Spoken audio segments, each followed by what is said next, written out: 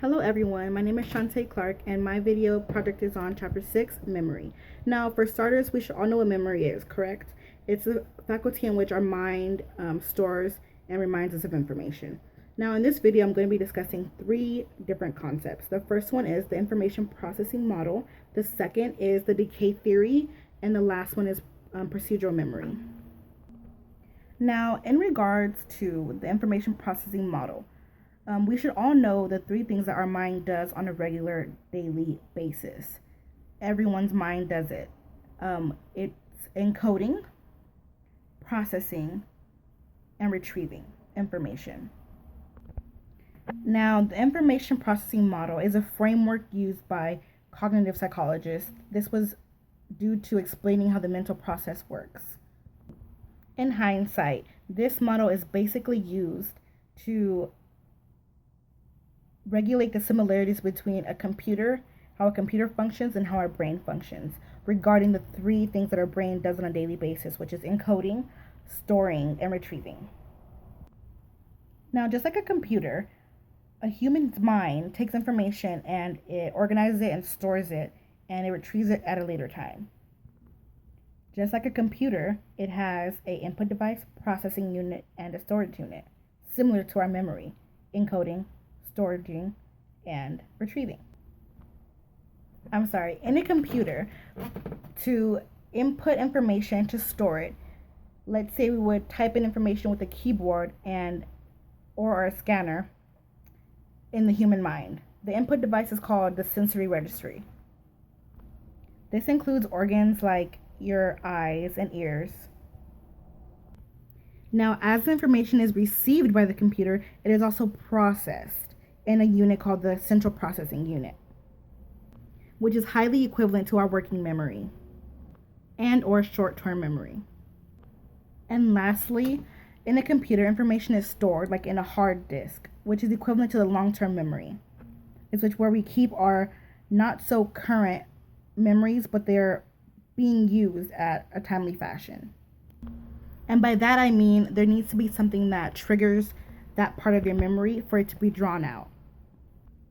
And now the second concept is the decay theory. And this theory suggests that we forget something because the memory of it fades away with time. So for example, if that memory that you have was not significant to you and you don't draw this memory out due to the lack of importance, the memory will eventually decay. And this theory suggests that memories are not permanent. And to add to the decay theory, it has nothing to do with age. Basically, depending on the type of memory or the significance of the memory, that will determine whether or not it will decay.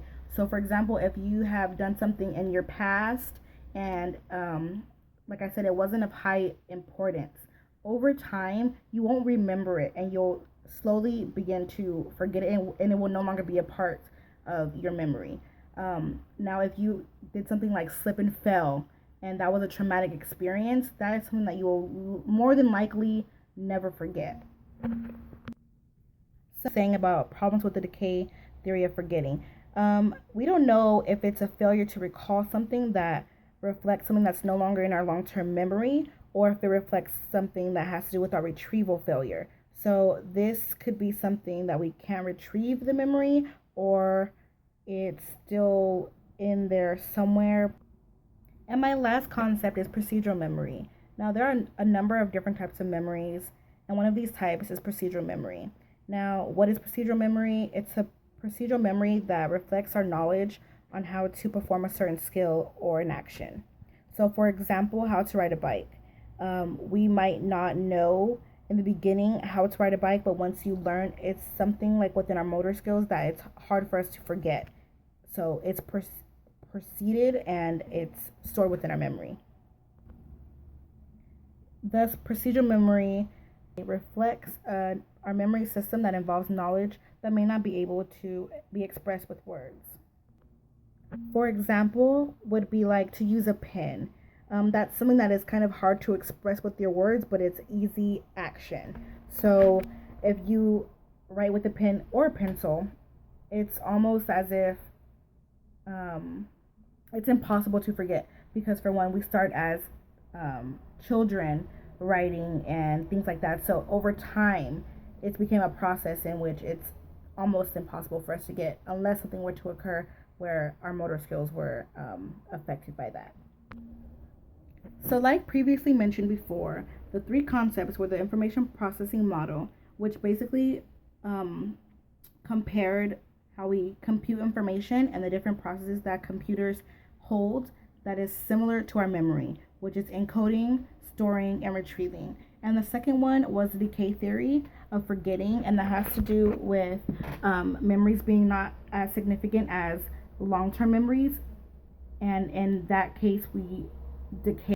It is basically something that is embedded into our memory and it's very hard to forget, like riding a bike or using a pen or pencil or brushing your teeth or like swimming, unless something were to have happened to you where your motor skills or something within your brain function does not allow you to remember those memory functions.